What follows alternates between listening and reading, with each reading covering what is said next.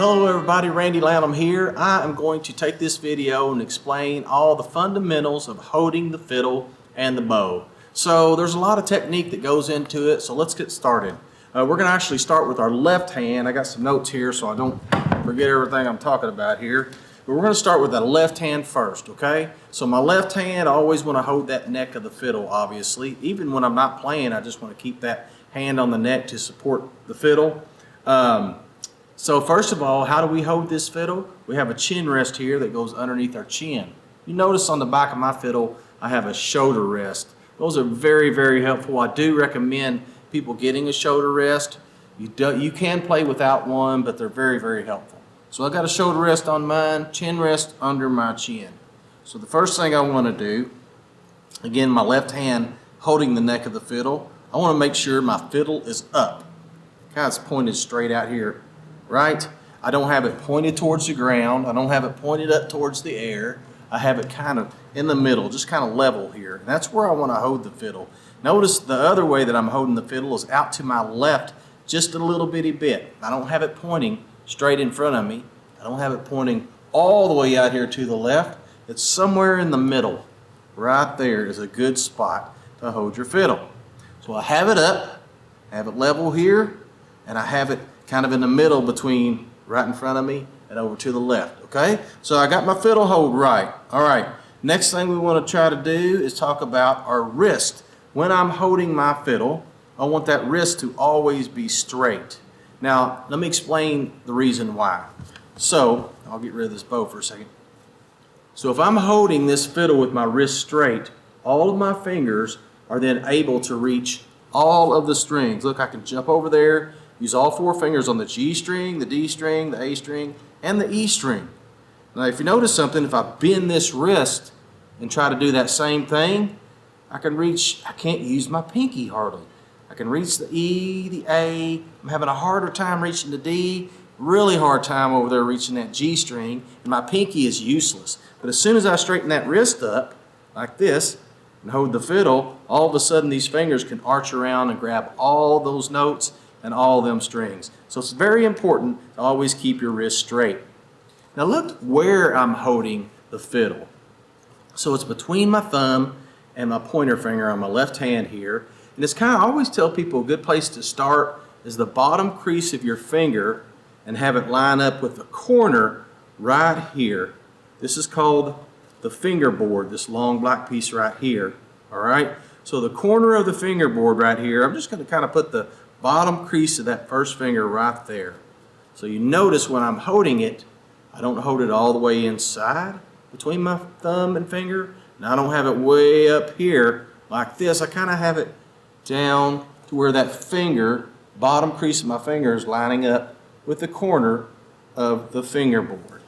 All right, so next we want to talk about, since we have our wrist straight and we're holding our fiddle correctly, we want to talk about the arch of these fingers, okay? And arch meaning just that. I want to arch my fingers over to play the strings. Look when I'm on the E string, how my fingers are arched around. See that? So a lot of times beginners, one mistake that they'll make is that they'll bring their fingers in here kind of sideways to play these notes. You know, the side of their fingers like this. And when you do that, you can play the E pretty much okay. And you get over to the A, then your fingers are touching the E string. If I go to the D, now they're touching the A and the E. So what I want to learn to do is arch my fingers. And so when I'm holding it correctly, I got my fiddle up out here between in front of me and out to the left, kind of in the middle. And I hold it up, straighten my wrist. I hold it correctly where the bottom crease of my finger lines up with the fingerboard, and then I am arching my fingers. If all that is correct, then your fingers should be able to arch around and using the tips of your fingers to push down.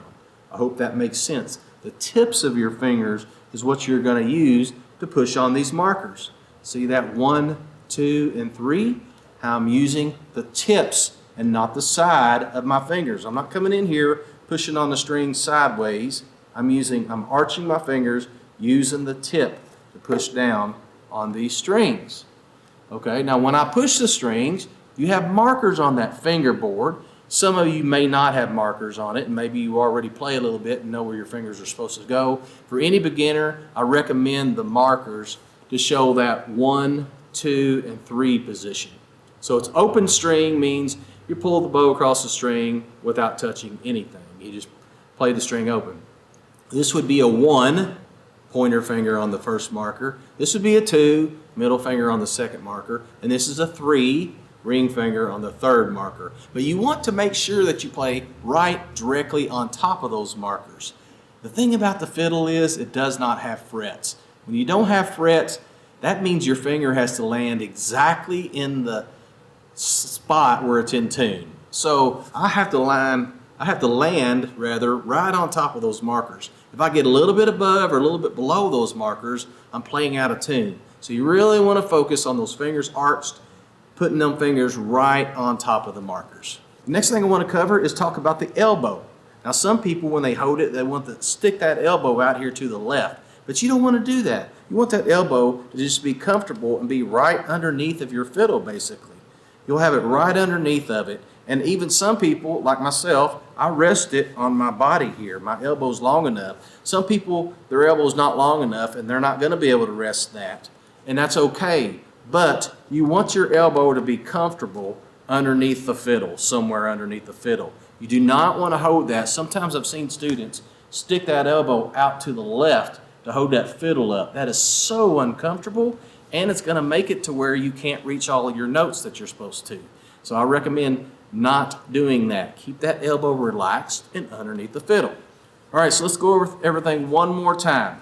So I got the fiddle neck with my left hand. I got the bottom crease of my finger lined up with the corner of the fingerboard.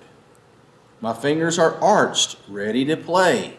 When I do play, I go directly on top of the markers, 1, 2, and 3.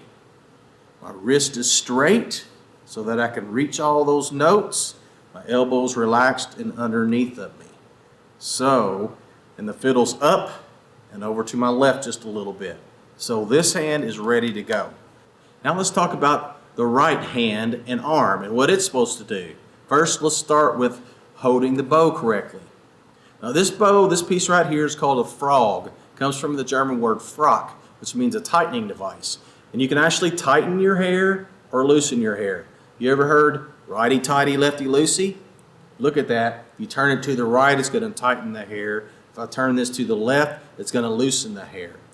Everyone often asks me, well, how tight do I need my hair? Well, when I go to play, I'll go to the center of the bow because as you can see, that's the spot where the hair is closest to the stick. About the center of the bow, I want about enough space, probably a 1/4 inch, just enough space to where if I had a pencil or a pen, I could stick it in there. Sometimes when you say 1/4 inch, everybody's like, I have no idea what that is. If you can just think about a pencil or a pen, can I stick it in there between the stick and the hair in the middle of the bow? Yes, I can. That's a really good place to start. Now, the longer you play, some people like tighter bows, some people like looser bows. You can figure that out later, but this is a good place to start. Now, at the end of the day, when you're no longer playing, you're putting it up for the night, you want to loosen that. Now, if you loosen it too much, that screw will come all the way out of there. You don't want to do that. So I'm going to loosen that bow, and you're going to see how these hairs just get kind of loose. You see how they're kind of loose? That takes the tension off the bow. That's going to make the hair last longer. It's going to make the bow last longer. Sometimes when a bow's kept tight all of the time, it can actually warp the stick. So you want to loosen it at the end of the day when you're no longer playing. No matter what time that is, you get done practicing, you're done for the day, loosen that hair. It will help your bow last a lot longer. So obviously, I'm getting up, I'm fixing to play. I want to tighten that hair. I'm going to turn this to the right, righty-tighty. I'm going to turn that to the right until the center of the bow has about a 1/4 inch in it and about the size of a pencil or a pen I can stick in there. Very good. We're ready. Let's talk about the hold. I like to hold my bow. Some people put their thumb on the bottom of the frog like this on that metal piece. I like to hold my fiddle with my thumb between the stick and the hair. This is how I prefer my hold. And I think you'll like this if you get used to it. But it is okay if you're not used to that to try it with your thumb on the bottom of the frog. Just cover up that metal piece. But I stick my thumb between the stick and the hair, not in this little notch. I'm actually between the frog and this little rubber piece right here, just right in the middle, kind of like this. And I'll just rest that thumb inside of there. My fingers wrap around the top of the stick. Now look how there's space between those fingers. See all that space between those fingers? You don't want them clumped up like this. You won't have as good as control. I want to spread those fingers out a little bit. Matter of fact, I want to put the middle finger and the thumb lined up together. You see that? They don't have to touch. They just need to be lined up. So after I put my thumb in there, put my middle finger lined up with it, then I'm going to drop the rest of those fingers around it, spread them out, and wrap these fingers around. Wrap my pointer, my middle, and my ring finger kind of wrap around a little bit. Notice my pinky does not. You do not want to wrap that pinky around. Listen, a lot of people have bad bow holds, and here's what they do. They hold it like they're playing baseball, like a baseball bat. They wrap that hand around there. You do not want to do that. Thumb in, fingers out, spread out like this. That pinky is never wrapped, okay? That pinky is just resting on the back there. But if you keep it straight, you keep it from wrapping around, okay? All right, I think we got our bow hold ready. We got our fiddle hold ready. Now we're ready to make some music, or make some sound anyway. So let's talk about, I'm going to loosen this up just a little bitty bit. Let's talk about how this bow plays on the string. First thing I want to do, when I lay my bow down, I want to play between the bridge and the fingerboard. Right there in the center is the sweet spot of this fiddle. That's where you're going to get the best tone, is if your bow stays right in the center between the bridge and the fingerboard. That's the sweet spot, right in the center. I don't want to get close to the bridge. I don't want to get close to the fingerboard. I want to stay in the center. That's where you're going to get the best tone out of your fiddle.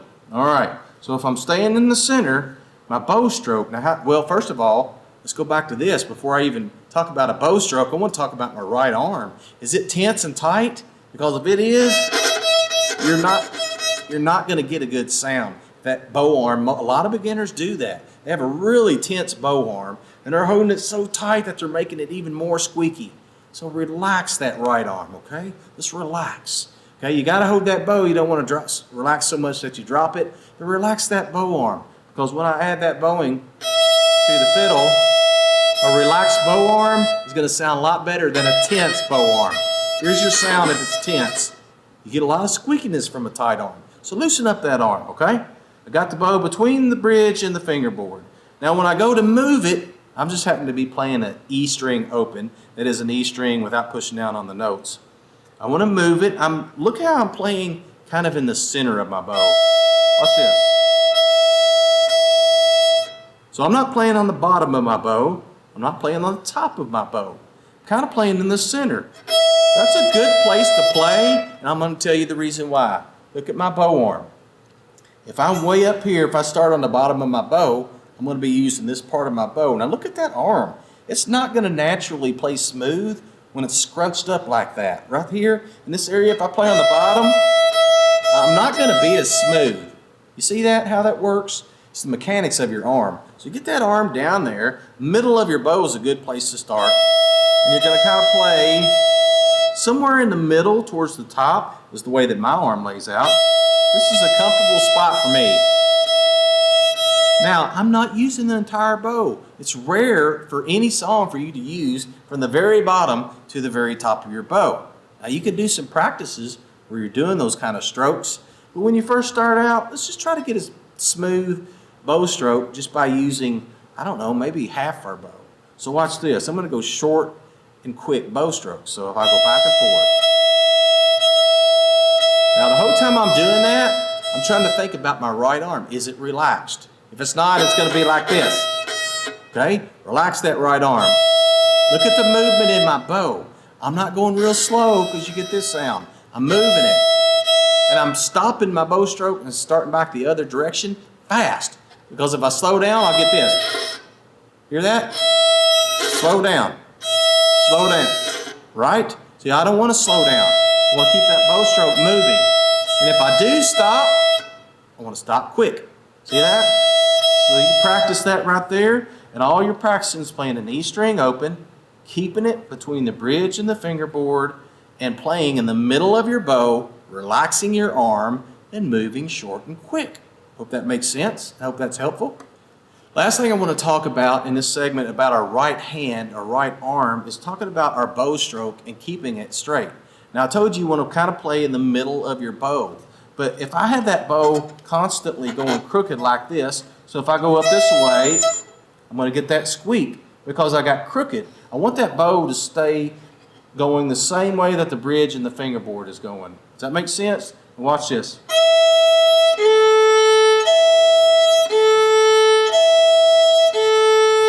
So what I'm doing is staying in the center and my bow stroke is straight. Now if I did not use my wrist when I came up like this, it would sound like this because my wrist is not bending up here like it's supposed to. So I'm going to get this sound. Because if you have a bow that goes crooked on a string, listen to this. Hear that? Or if I'm back this way too far, watch it. See that? I want to keep the bow stroke straight. How do you do that? Really, really difficult. They do actually have some bow guides you can buy. I've seen them on Amazon and different places, and it's a plastic piece that just fits right over here and it straps around the back. I recommend one of those because it forces you to keep that bow right in the center between the bridge and the fingerboard, and it kind of makes it a lot harder for you to play with a crooked bow stroke. So those bow guides are very, very handy. But even if you don't do a bow guide, you can also look in a mirror. So if I have a mirror in front of me and I'm turning around, I'm looking at that mirror, what I'm doing is looking in that mirror to see if my bow stroke is straight, okay? Make sure you're not doing this. Crooked this way, crooked this way. That comes from your arm going like this. You don't want it to move that way. I want it to move down while my wrist is bending, up while my wrist is bending. So I hope that's helpful. Let's go over that right hand and all of that one more time, right hand and arm, so that you got that down. So bow hold. I got my thumb between the stick and the hair right in front of the frog. I got those fingers spread out on top. I got the middle finger lined up with the thumb. My pinky is straight. Very good. Bow stroke, or the tightness of the bow rather. Remember, I got about 1/4 inch in the center. That's a good place to start. It's tightened up. It's ready to play.